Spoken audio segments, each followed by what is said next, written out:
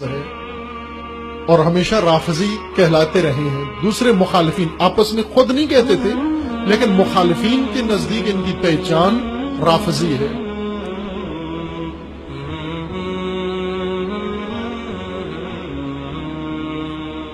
رفض انکار کو کہتے ہیں، حکومت وقت کا انکار، حاکم نہ ماننا. جو بھی حاکم بنا ہے آپ اس کا انکار کر دو کہ ہم اس کو حاکم نہیں مانتے، اپنا حاکم نہیں مانتے، اس کی بیعت میں نہیں ہے، اس کی اطاعت میں نہیں ہے. ہم اس کو عربی زبان میں رفض کہتے ہیں. رفضا یعنی انکار کر دیا، اس نے طرد کر دیا، ٹھکرا دیا. نہ ماننے والا رافضی ہے. اب یہاں بعض نے کہا ہے کہ اس وجہ سے شیعہ کو رافضی کہتے ہیں چونکہ یہ خلفاء کو نہیں مانتے. جو رسول اللہ کے بعد حکومت کا سلسلہ شروع ہوا، خلفاء کو نہیں مانتے، خلیفہ اول دوم سوم کو، اس وجہ سے ان کو رافضی کہا جاتا ہے. جبکہ اس زمانے میں نہیں کہا جاتا تھا. خلفاء کے زمانے میں یہ اصطلاح شروع نہیں ہوئی تھی، خلفاء کے زمانے کی نہیں ہے یہ اصطلاح. یہ بنو امیہ کی حکومت میں رائج ہوا یہ لفظ. بنو امیہ نے یہ پہچان بنا دی یا ان کے وابستہ علماء نے شیعہ کی کہ جو بھی اکثریت کی طرف سے، یا وہ امت کہتے تھے کہ مسلمین کی طرف سے، امت کی طرف سے جس کو بھی حاکم مانا جاتا ہے، یہ جماعت اس کو حاکم نہیں مانتے، انکار کرتے ہیں، رفض کرتے ہیں. اس وجہ سے ان کو رافضی کہا جاتا تھا. حضرت امام صادق علیہ الصلوۃ والسلام کے زمانے میں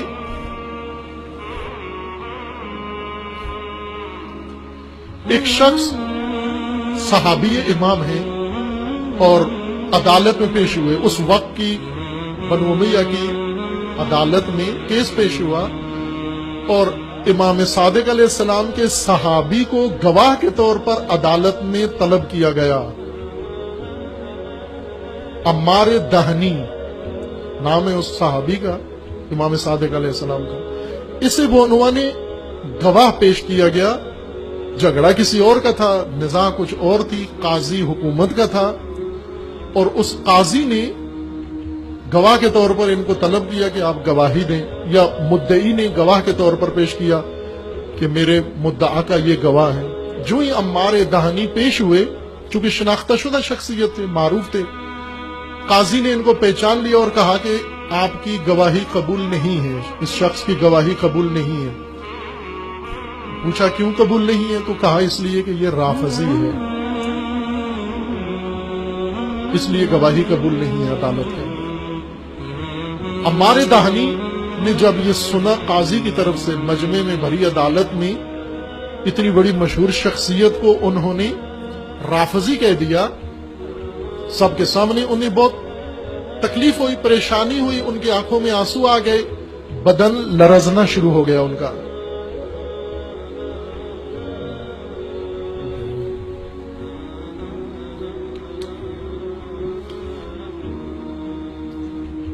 بھلے یہ ساتھ چونکہ ایڈورٹائز بھی ہوتی رہتی ہے بعض چیزوں کی، اس لیے اس کو میں نے نیچے رکھا ہوا تھا.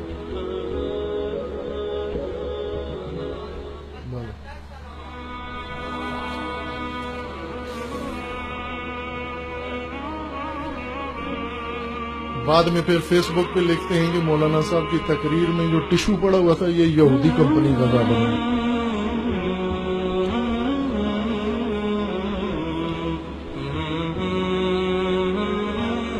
انشاءاللہ کہ یہ نہیں ہے، کسی یہودی سے بدتر کا ہو، بے شک کسی حرام خور مسلمان کا ہو، کوئی حرج نہیں. عمار دہنی بہت پریشان ہوئے اور وہیں پہ رونا شروع کر دیا. قاضی نے کہا کہ اے عمار، اگر تجھے اتنی ہی تکلیف پہنچی ہے، رافضی کہنے سے دکھ پہنچا ہے، تو چھوڑ کیوں نہیں دیتا اس مذہب کو، رافضیت کو ترک کیوں نہیں کر دیتا؟ اگر بہت دکھ ہوا ہے، رنج ہوا ہے میرے اس رافضی کہنے سے، تو چھوڑ کیوں نہیں دیتا؟ تو دوسرے مسلمانوں کی طرح کیوں نہیں مسلمان، سیدھا مسلمان کیوں نہیں ہو جاتا؟ رافضی کیوں ہے تو؟ عمار دہنی نے کہا کہ نہ، اس وجہ سے نہیں کہہ رہا کہ تو نے مجھے کوئی بری بات کہہ دی ہے، بلکہ اس وجہ سے رو رہا ہوں کہ تو نے جو عنوان مجھے دیا ہے، یہ عنوان اتنا عالی ہے، بلند مقام ہے کہ ڈرتا ہوں کہ یا میں اس کے شاید لائق نہ ہوں یا تو نے غلط میری طرف نسبت دے دی ہے۔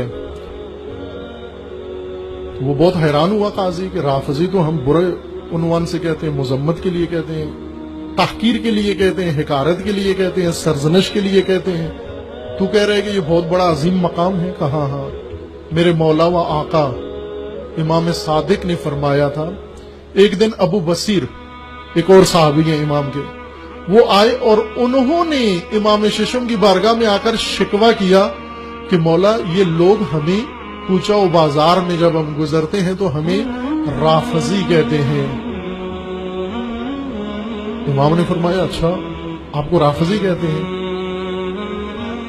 امام نے فرمایا پھر آپ کو کیسے لگتا ہے؟ کہا ہمیں بہت معیوب لگتا ہے، چونکہ تانا دیتے ہیں اور بدنام کرتے ہیں ہماری بدنامی کے لیے۔ امام نے فرمایا آج سے سر اٹھا کے، گردن اٹھا کے جب رافضی کہیں تو فخریہ طور پر کہو، قبول کرو ہم رافضی ہیں۔ تمہیں پتہ ہے رافضی کون سا مقام ہے؟ پھر امام نے فرمایا کہ رافضی سب سے پہلا رفض اور رافضی گروہ کون تھا؟ امام نے فرمایا کہ جب موسیٰ علیہ السلام نے اللہ کے حکم پر دعوت دی آل فرعون کو، قوم فرعون کو، تو قوم فرعون میں سے 70 افراد فرعون کی الوہیت کا انکار کر کے موسیٰ کی امامت پہ ایمان لے کر آئے، ان لوگوں کو رافضی کہا گیا۔ وہ تاریخ کے پہلے رافضی تھے جنہوں نے فرعونیت کا انکار کیا ہے، جنہوں نے موسیٰ کی امامت کا اقرار کیا ہے۔ سب سے پہلا گروہ وہ تھا۔ پھر اس کے بعد امام نے فرمایا، پھر اس کے بعد فلاں کو کہا گیا، اور یہی غالباً امام پنجم کے بارے میں ہے کہ امام پنجم امام باقر علیہ السلام کو کسی شخص نے یہی واقعہ بتایا کہ لوگ ہمیں رافضی کہتے ہیں۔ امام نے فرمایا اچھا تمہیں رافضی کہتے ہیں؟ کہا پھر تمہیں کیا محسوس ہوتا ہے؟ کہا ہمیں برا لگتا ہے۔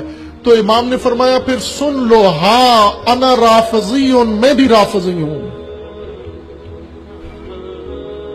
اور ایک مشہور شعر ہے امام شافعی کا، ائمہ اربعہ میں امام ابو حنیفہ، امام مالک، امام شافعی، امام حنبل میں ایک امام شافعی ہیں جو بہت ہی منفرد ہیں، باقی تینوں ائمہ سے، اہل سنت کے بزرگان میں سے یہ بزرگ بہت ہی منفرد حیثیت کے مالک ہیں۔ اس کے لیے ضروری ہے کسی مجلس میں ان کی پوری تشریح کی جائے، یہ کون تھے اور کس طرح اس درجۂ امامت میں پہنچے اور ان کے افکار و نظریات کیا ہیں، اس طرح سے کہ تاریخ بھر میں اور آج بھی ان کو کہا جاتا ہے کہ یہ شیعہ ہیں۔ اصل میں تقیہ میں چھپا ہوا شیعہ تھا یہ، اور اپنے زمانے میں ہی، اپنے عصر میں، عصر امامت میں یہ بزرگوار یہ حب اہل بیت کا اتنا پرچار کرتے تھے کہ متہم ہو گئے کہ یہ رافضی ہیں۔ تو ان کا شعر ہے معروف کہ اگر حب آل محمد رفض ہے تو لوگوں سن لو کہ آج کے بعد شافعی رافضی ہے۔ پھر شافعی بھی رافضی ہے۔ یہ بہت پرانا لقب ہے، پرانا عنوان ہے۔ یہ دیا کیوں گیا؟ یہ پہچان کیسے بنی تشیع کی؟ دوسروں نے اسے مذمت کے طور پر استعمال کیا، لیکن یہ لفظ بنیادی طور پر مذمت نہیں تھا، یہ اصل میں شیعہ کی واقعی پہچان تھی۔ اس لیے کہ شیعہ نے جب ولایت کو مان لیا، جب امامت کو مان لیا، جب تسلیم کر لیا اللہ کی حاکمیت کو اور رسول اللہ کی حاکمیت کو اور علی کی حاکمیت کو و اولاد علی کی حاکمیت کو، تو یہ ایمان کسی اور کی حاکمیت کے قبول کرنے کے ساتھ مل نہیں سکتا۔ اگر علی ولی ہے پھر کوئی اور حاکم نہیں ہو سکتا۔